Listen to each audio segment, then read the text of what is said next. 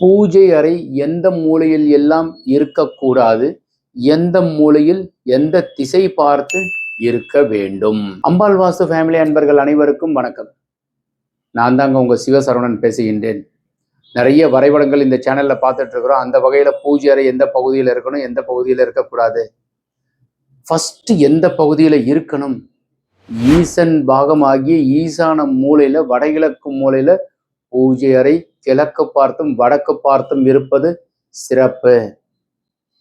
கன்னி மூலை பெட்ரூமுக்கு ஈசான மூலையில், கன்னி மூலையில கிடையாது, கன்னி மூலை சார்ந்ததுல தென்மேற்கு பெட்ரூமுக்கு அருகாமையில் பூஜை அறை அமைப்பது சிறப்பு. அப்படின்னா ஹாலனுடைய கன்னி மூலையில வரும்.